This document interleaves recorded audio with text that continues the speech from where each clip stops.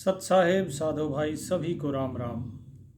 बंदी छोड़ गरीबदास महाराज की दया आप पर बरसती रहे। साधु भाई, बंदी छोड़ महाराज मन के बारे में सारा भेद खोल रहे हैं, क्योंकि मन ही आपको फंसाए हुए है। और जब तक आप इस मन के बारे में नहीं जानेंगे बात बनेगी नहीं। मन की कमजोरी क्या है, मन की शक्ति क्या है, ये सारी चीजें हमें पता होनी चाहिए। जब तक इसके बारे में हमें नहीं पता होगा तब तक हम आगे नहीं बढ़ पाएंगे, क्योंकि जब हमें किसी व्यक्ति को पकड़ना होता है हम उसकी कमजोरी को पकड़ते हैं। तो अब जो गरीबदास महाराज हैं वो इस मन के बारे में आगे भेद खोलते हैं। तो देखिए क्या कहते हैं वाणी में। तो साहिब कहते हैं, गरीब मन के मारे बन गए पारा ऋषि परवान, और पुत्री सुसंजम किया मन की खोटी बान। मन के मारे बन गए नारद से महमंत, पूत 72 मन किए ऐसे पूरे संत।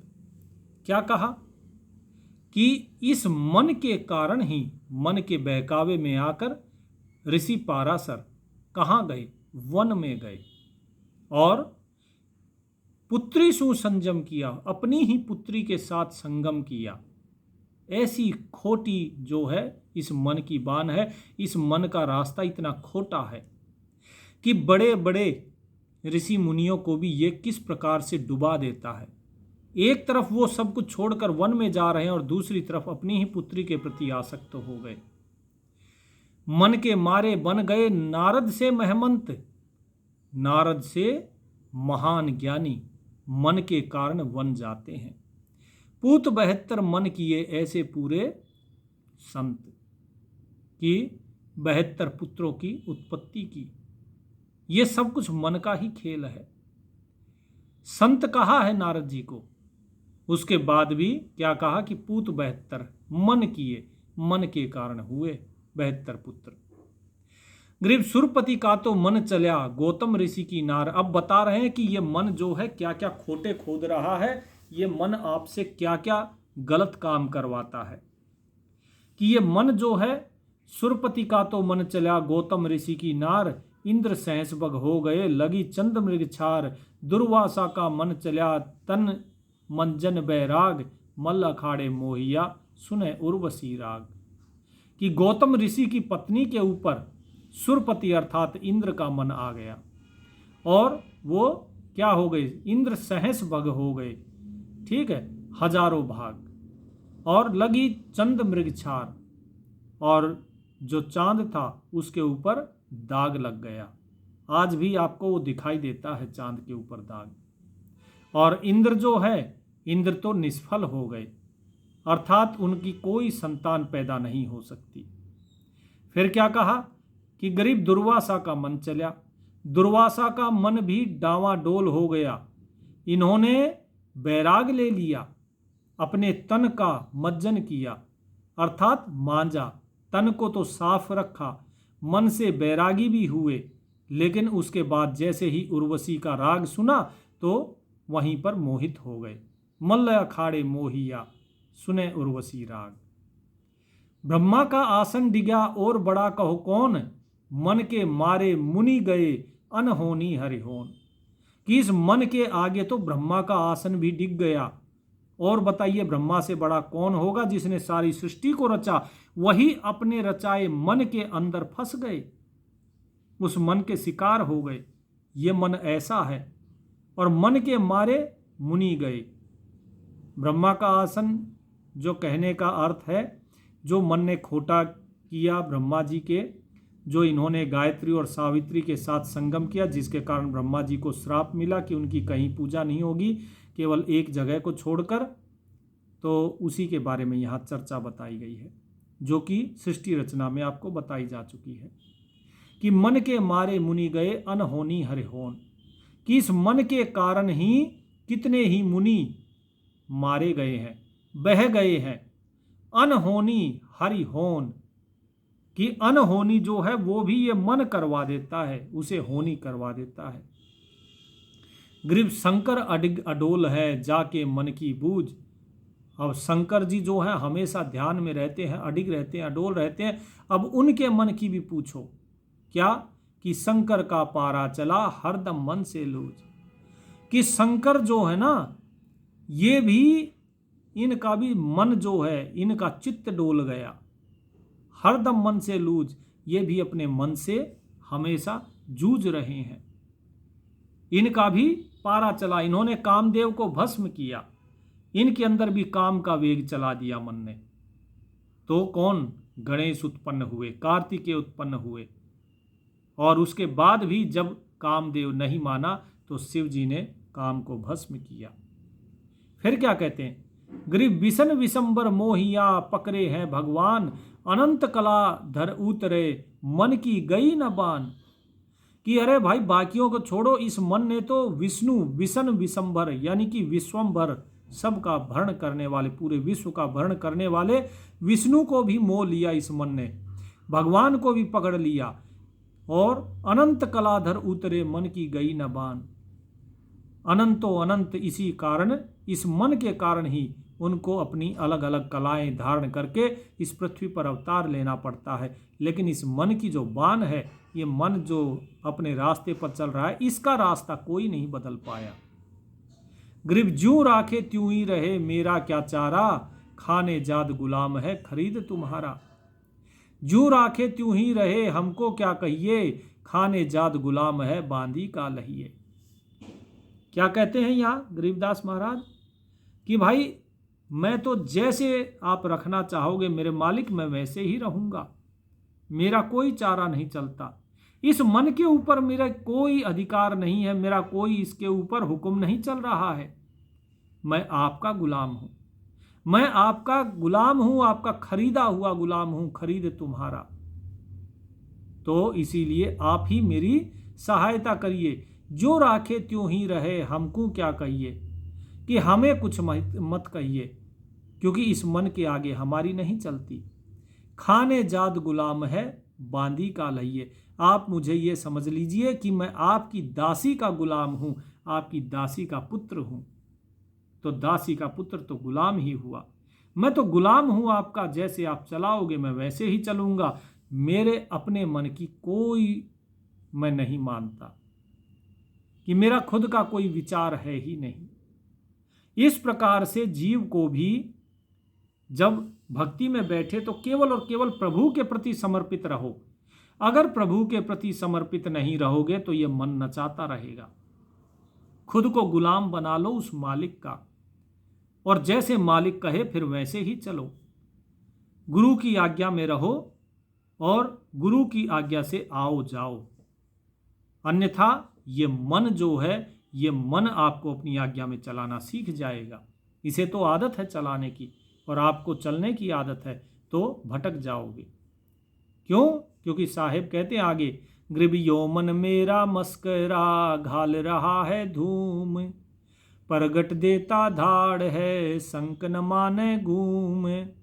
ग्रीबियो मन मेरा मस्करा मर हुआ अजात, मुँह पीछे उठ लग्या घाली बहो विधि घात। ग्रीबियो मन मेरा मस्करा मर हुआ मसान, मुँह पीछे उठ लग्या प्रगटा फेर जहान।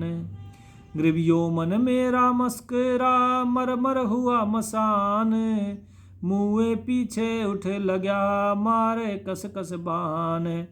ग्रीबियो मन मेरा मस्करा मर हुआ मसान, मुँह पीछे उठ लग्या घालत है घमसान। क्या कहते हैं गरीबदास महाराज कि मेरा जो ये मन है ये क्या है? मस्खरा है ये, ठीक है, ये मस्खरी करता है, ये घाल रहा है धूम, ये जो है इधर उधर दौड़ रहा है, उछल कूद मचा रहा है। प्रगट देता धाड़ है संक न माने गुम, ये किसी की भी शंका नहीं मानता, ये किसी की नहीं सुनता है, ये जो इसके रास्ते में आता है ये उसे पटक देता है, और ये समक्ष होकर हमारी बात नहीं मानता। ये मेरा मन जो है ये क्या हो गया? अजात, यानी इस मनुष्य जात से परे हो चुका है। जो मनुष्यता है उसे ये भूल गया है। मसान अर्थात शमशान, कि ये मन जो है जैसे शमशान घाट होता है ना, बोले इस तरीके का हो गया। शमशान में आदमी बैरागी हो जाता है, उसको किसी से कोई लेना देना नहीं होता। ठीक इसी प्रकार ये भी एक शमशान की तरह ये ऐसा हो गया, इसको किसी से कोई लेना देना नहीं। जिस तरह शमशान घाट में सभी मुर्दों को फूंक दिया जाता है, इसी प्रकार ये मन भी हमें जलाने के पीछे चल रहा है। ये हमें उसी शमशान में ही पहुंचाने के रास्ते पे चल रहा है। इसे कितना ही मारो, ये मरने के बाद फिर पीछे लग जाता है। इसे कितना ही चुप कराओ, ये फिर पीछे लग जाता है। घाली बहुविधि घात, ये अनेकों प्रकार से घात करता है, आक्रमण करता है। बार बार इसको मारो और ये फिर प्रकट हो जाता है इस संसार में। इसे शांत करते हैं, फिर संसार में लग जाता है। इसे कितना ही भी भक्ति भाव में चलाओ, ये फिर खड़ा होकर और काम क्रोध लोभ मोह अहंकार के बाण मारता है। ये जो मेरा मन है ये बार बार उठता है, घालत है घमसान, और ये बार बार हमारे साथ युद्ध कर रहा है। साहेब बताते हैं, ग्रीब यो मन मेरा मस्करा रोज भी हंडे आए, मैं तो लाऊं बंदगी पर द्वारे उठ जाए। ग्रीब यो मन मेरा मस्करा रोज भी हंडे आए, साधु संगत भावे नहीं, सुनकर सुन कर ऋषियाए। क्या कहा? सुनकर ज्ञान ऋषाए। कहीं कहीं बोलने में त्रुटि हो जाती है, उसके लिए हम क्षमा प्रार्थी हैं। ग्रीवियो मन मेरा मस्करा रोज भी हंडे आए, नेकी कदे न खाट ही बदी विधन से सुनाए। क्या कहते हैं कि इस मन को ये तो रोज विहंडे आए। कहाँ? जंगल में। ये जंगल में घूम रहा है इस संसार रूपी।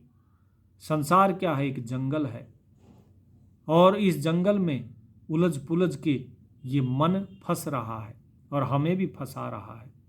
मैं इसको बंदगी में लगाता हूँ और ये दूसरे के द्वार पर भाग जाता है कि फलाना व्यक्ति क्या कर रहा होगा, मेरा पड़ोसी क्या कर रहा होगा, मेरे रिश्तेदार क्या कर रहे हैं, नीचे कौन आया कौन गया, मेरे घर के बाहर कौन है, कौन बोल रहा है, किसका फोन आया। मतलब ये दूसरे के बारे में विचार करता है। इसे साधु की संगत इसे नहीं भाती है। सुनकर ज्ञान रिसाए, और साधुओं का ज्ञान सुनकर तो ये रिसाता है, अर्थात नाराज होता है। ये ज्ञान नहीं सुनना चाहता, ये बोर हो जाता है और वहां से उठकर भागता है। नेकी कदे न खाट ही बदी विधन से सुनाए। नेकी इसको अच्छी नहीं लगती है। इसको क्या अच्छी लगती है? बदी, अर्थात ये सिर्फ और सिर्फ बुरे कर्मों में चलना चाहता है। अच्छे कर्मों में तो ये चलना ही नहीं चाहता। बुरे कर्मों में क्यों चलता है? क्योंकि ये काल का ही प्रतिनिधि है। काल स्वयं मन के रूप में ही बैठा हुआ है हर जीव के अंदर। साहेब आगे कहते हैं, गरीब यो मन मेरा मस्करा रोज भी हंडे आए, प्रेम पियाला ना पीवे पकर हलाहल खाए। गरीब यो मन मेरा मस्करा माल बिराना लूट, हक हिसाबी ना चले दरगह किस भी दिलो छूट। गरीब यो मन रापत हो रहा कुंजर कैसा खेल, आन अटक माने नहीं लंगर सा कल मेल। कहते हैं कि भाई ये मन बड़ा मस्करा है, ये प्रेम का प्याला नहीं पीता है, लेकिन ये विष को बड़ी जल्दी पकड़ लेता है, विष को खा रहा है ये। हक हिसाबी ना चले, हक माने सत्य, यानी सच्चे हिसाब पर नहीं चलता, ये सत्य की राह पर नहीं चलता, ये बेईमानी करता है। तो दरगह किस विधि छूट, तो जब ये दरगह में जाएगा उस काल की, तो वहां से कैसे छूटेगा ये? इसे दंड भोगना होगा काल का। साहेब कहते हैं आगे, यह मन रापत हो रहा कुंजर कैसा खेल, कि ये मन जो है बड़ा विशाल हो रहा है, हाथी जैसा। जिस प्रकार हाथी का खेल दिखाया जाता है, बोले ऐसे ही ये खेल दिखा रहा है। आन अटक माने नहीं लंगर साकल मेल। ये दूसरे की अटक नहीं मानता, दूसरे का कहा नहीं मानता, दूसरे की रोक टोक नहीं मानता। इसको लंगर साकल मेल, इसको किस प्रकार से बेल के द्वारा इसे बांधा जाए, कैसे लंगर डाला जाए ताकि ये रुक जाए।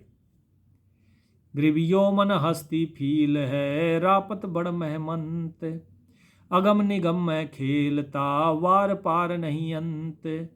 ग्रीव मन मुरजीवा ना भया कैसे होए दीदार, यो मन मोटा मुगद है या का करो विचार। कि भाई ये मन जो है ना हस्ती फील है, ये मन हाथी है, बहुत बड़ा है। रापत बड़ महमंत, महमंत मतलब बहुत ही विशाल काय, बहुत बड़ा।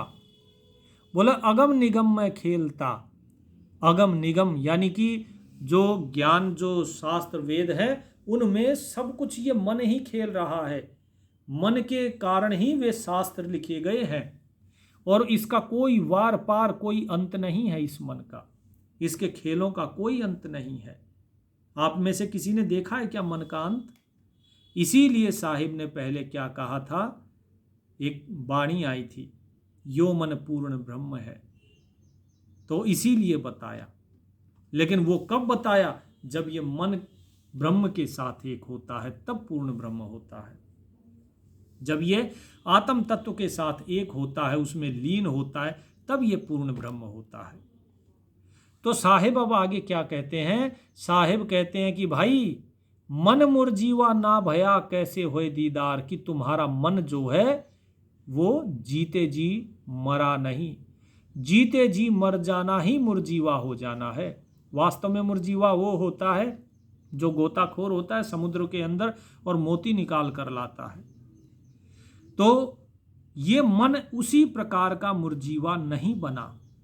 जब तक मन जीते जी नहीं मरेगा तब तक ये उस परमात्मा का दीदार नहीं कर सकता। जीव को दीदार नहीं होता है परमात्मा का। साहिब कहते यो मन मोटा मुग्ध है, मोटा अर्थात बड़ा, मुग्ध आने बोले तो मोहित, मुग्ध, कि ये बहुत ज्यादा मोहित हो रहा है इस संसार में। इसलिए या का करो विचार, इस मन का विचार करना बहुत जरूरी है, क्योंकि जब मन के बारे में विचार किया जाता है तब पता लगता है कि आखिर ये मन जो है ये कैसे चल रहा है, क्यों चल रहा है, किस विधि से इसको रोका जाए, इसका क्या कमजोरी है, क्या इसकी ताकत है। साहेब आगे क्या कहते हैं कि अब इसके वश में करने की सुनिए। क्या कहते हैं? ग्रीव मन मी ही कर पीसिए ऊपर लावे आग, तो भी चंचल ना रहे निज दिन उठ उठ भाग। कि भाई इसको कितना ही बारीक कर दो, मन को कितना ही बारीक करके पीस दो और ऊपर से आग लगा दो, तो भी ये जो चंचल मन है इसकी चंचलता अर्थात ये फिर भी समाप्त नहीं होता। ये निस दिन, ये फिर भी दिन रात उठ उठ के भागता रहता है, कितना ही पीस दो। तो मन माने घर जात है मन त्यागे घर होए, हंस कर किन्हें न पाया जिन पाया तिन रोए।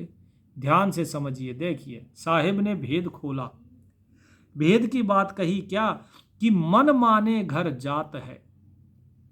मन अगर मान जाए मन की बात तो घर चला जाता है, और अगर मन को त्याग दिया जाए तो घर होए, तो घर मिलता है।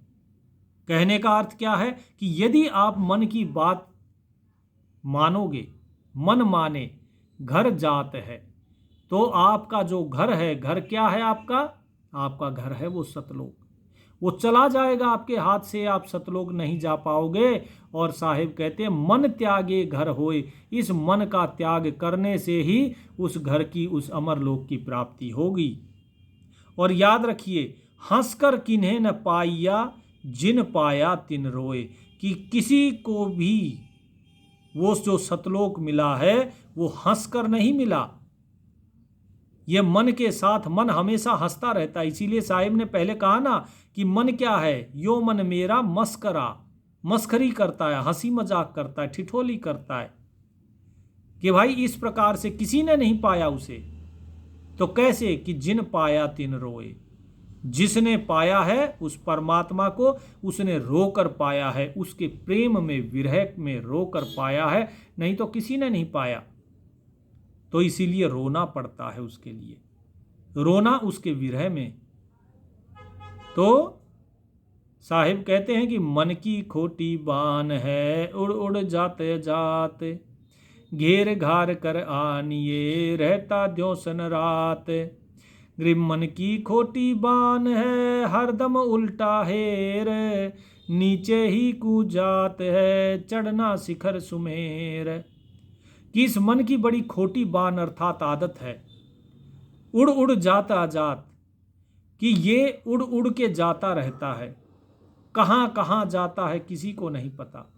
इसे घेरो, और इसको घेर कर क्या कहा, रहता द्यों सन रात, ये दिन रात टिकता ही नहीं है, इसमें विचार ही चलते रहते, अपने विचारों के पीछे भागता रहता है।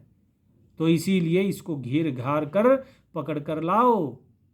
साहिब कहते हैं मन की खोटी बान है, हरदम उल्टा हेर, कि ये मन जो है ये हमेशा उल्टा चलता है, इसकी बड़ी खोटी आदत है, बड़ी बुरी आदत है, इसको पकड़ के वापस लाओ। क्योंकि इसकी क्या आदत है कि नीचे ही कूद जाता है, ये हमेशा नीचे की तरफ जाना चाहता है, गर्त में नरक में जाना चाहता है, जबकि चढ़ना ऊपर की तरफ है, और ये नीचे के रास्ते पर जा रहा है। मन की खोटी बान है, छल छिद्र बहुजोर, हेरे हेर रहे हिरता नहीं, यो मन चंचल चोर। ये मन जो है इसकी बड़ी खोटी आदत है, ये छल छिद्र सब कुछ करता है, बहुत जोर करता है, बहुत जबरदस्ती करता है। ये कितना भी घेरो ये घिरता ही नहीं, ये मन इतना चंचल है, ये मन चोर है। गृभ मन की खोटी बान है, 12 बाट विटम्ब, अन देखा अजगैब का, हेर बहुत कुटुंब। गृभ मन की खोटी बान है, खारा मीठा होए, कोटि जतन कर भेइये, दिल का दाग न धोए। गृभिया दिल अंदर दाग है, धोए से नहीं जाए, सतगुरु सकली घर मिले, फिर मुस्कला माहे। ध्यान से समझिए, साहिब ने एक भेद और खोला। क्या भेद खोला? कि मन की खोटी बान है, कि मन का जो रास्ता है वो खोटा है। और क्या कहा आगे? 12 बाट विटम्ब। ठीक है, 12 बाट अर्थात रास्ता, पंथ, विटम्ब, कि जो 12 पंथ बने हुए ये सब के सब मन के बनाए हुए हैं। जो 12 के 12 पंथ जो कहते हैं ना कि काल के पंथ हैं, और 13वां पंथ सतगुरु का है। तो ये मन के बनाए हुए हैं, और ऐसे ही थोड़ी ना बन गए ये पंथ। कहीं कबीर साहिब के नाम पे पंथ बना दिया, कहीं गरीबदास महाराज के नाम पे पंथ बना दिया, कभी नानक जी के नाम पे, दादू जी के नाम पे, घीसा संत जी के नाम पे, जिनके नाम पर भी पंथ बने हैं ये सब मन के द्वारा बनाए हुए हैं। साहिब कहते हैं अनदेखा अजगैब का। अनदेखा कि जिसे देखा नहीं जा सकता। मन को देखा जा सकता है क्या? नहीं देखा जा सकता है। अजगैब का, हेरे बहुत कुटुंब, ये बहुत परिवार जो है ना, बहुत सा ये परिवार जोड़ लेता है। ठीक है, ये कभी हेरे से हिरता ही नहीं, घिरता ही नहीं है। इसके कुटुंब कौन है? इसके कुटुंब है 5 विकार और 25 प्रकृतियां। ये सारा इसका कुटुंब है इस मन का। साहेब कहते हैं कि ये मन जो है इसकी बड़ी खोटी बान है, कभी ये खारा हो जाता है, कभी ये मीठा हो जाता है।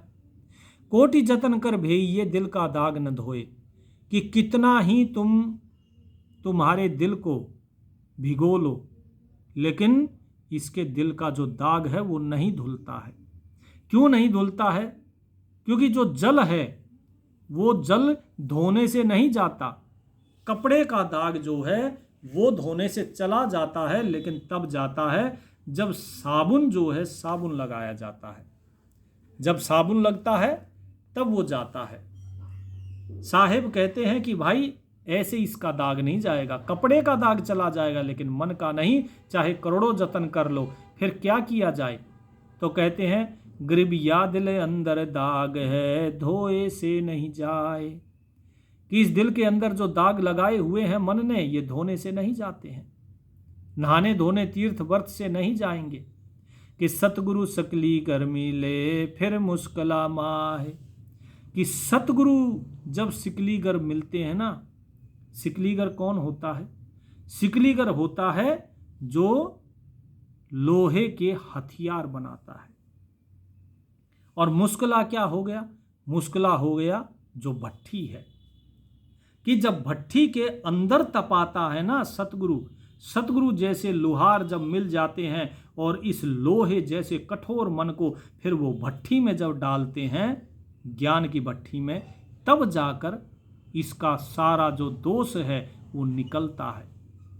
तो जब ज्ञान आपके हृदय में पैदा होगा सतगुरु के द्वारा दिया गया, तब दिल के दाग जाएंगे, नहीं तो दाग नहीं जाएंगे। ये मन नहीं तो बात नहीं मानेगा। क्या कहते हैं? ग्रीब तोड़ तोड़ कर फिर घड़े, दर्पण उजल कीन, ऐसा सतगुरु जो मिले होए महल दूरबीन।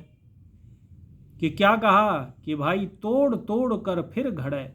मटका जो होता है, मटका वो एक बार तोड़ दिया जाए तो दोबारा नहीं जुड़ता, लेकिन सतगुरु ऐसे हैं कि वो तोड़कर उसे बिल्कुल मिट्टी बना देंगे, बारीक बना देंगे, और फिर उस मिट्टी से दोबारा घड़ते हैं घड़ा। दर्पण उज्जल कीन, अर्थात ये मन जो है ना, इस मन को पूरे तरीके से खत्म कर देंगे और उसके बाद फिर इस मन का फिर से निर्माण किया जाता है। अर्थात आपके मन के अंदर जितनी भी विचार हैं वे सारे विचारों को वो बाहर निकाल देते हैं, और बाहर निकालने के बाद फिर उसमें नए विचार पैदा किए जाते हैं, सच्चे विचार, अच्छे विचार। तो ये साहिब यहाँ बताते हैं कि इस प्रकार से उसको फिर से घड़ा जाता है। और दर्पण उज्जल कीन, जो मन का दर्पण मैला हो गया उसे वो साफ कर देते हैं अपने ज्ञान के द्वारा। ऐसा सतगुरु जो मिले होए महल दूरबीन, और यदि ऐसा सतगुरु मिल जाए तो क्या है? होए महल दूरबीन। दूरबीन अर्थात दूरबीन से क्या होता है? दूर की चीज दिखाई देती है, कि वो जो महल, जो वो सतलोक है, उसका दीदार हो जाता है, फिर वहां तक आप पहुंच जाते हो। ग्रीब जुगन जुगन के दाग हैं, मन के मैल विकार, धोए से नहीं जात है गंगा नहाए किदार। ग्रीब जुगन जुगन के दाग हैं, मन के मैल मसंड, नहाए से नहीं जात हैं 68 तीर्थ दंड। कि युगों युगों के दाग लगे हुए हैं इस मन के अंदर। ये मन के जो मैल है, विकार है, ये आज के नहीं, ये युगों युगों के हैं। ये धोने से नहीं जाएंगे, चाहे गंगा नहाओ, चाहे केदारनाथ जाओ, चाहे आप 68 तीर्थ चले जाओ, केवल और केवल दंड मिलेगा वहां से ये मन निर्मल नहीं होगा। क्या कहते हैं? ग्रीब मन का मीही महल है, निज मन कूटुक बूझ, निज मन सु निज मन मिले, खाकी मन को लूझ। अब देखिए यहां पर फिर से भेद खोला साहिब ने। क्या भेद खोला? भेद ये है कि मन का जो महल है वो बड़ा बारीक है। एक बार आप अपने मन को जरा पूछो, निज मन को टुक बूझ, बूझ अर्थात अपने मन को जानो। क्या जानो? आप तो मन की, अभी तक मन की बात चल रही थी। ये मन एक नहीं है, ये मन दो हैं। तो क्या कहते हैं? निज मन को टुकबूझ, जरा अपने मन को जानो, निज मन को। निज मन शू निज मन मिले, खाकी मन शू लूज। खाकी मन बता दिया, एक मन है खाकी, और दूसरा मन क्या बताया? निज मन। कि जब निज मन से निज मन मिलता है तब खाकी मन से हम युद्ध कर पाते हैं, तब जीत पाते हैं। अर्थात एक निज मन तो हो गया आपका सच्चा मन, जो सत्य की तरफ लेकर चलता है, और दूसरा निज मन कौन हो गया? दूसरा निज मन हो गया सतगुरु का। जब सतगुरु के मन से आपका मन मिलता है तब इस खाकी मन से आप युद्ध कर पाते हो, आप जीत पाते हो, नहीं तो इस मन से जीत पाना असंभव है। इस मन से ब्रह्मा, विष्णु, महेश, नारद, मुनि, सनकादि कोई नहीं जीत पाया, सभी के सब फंसते चले गए। तो इसीलिए भगत जियों, जो साहिब ने कहा, उम्मीद करता हूं ये आपको भेद समझ आया होगा। इसके बाद आगे हम खाकी मन और निज मन के बारे में भेद जानेंगे। खाकी मन कौन है, निज मन कौन है, नूरी मन कौन है, कितने प्रकार के मन है और किसको हमें तवज्जो देनी चाहिए, किसे नहीं देनी चाहिए, सत्य क्या है, असत्य क्या है, ये सारा भेद आगे बंदी छोड़ गरीबदास महाराज खोलेंगे। तब तक साहिब का नाम सुमरन कीजिए और सेवक को आज्ञा दीजिए। सत साहिब।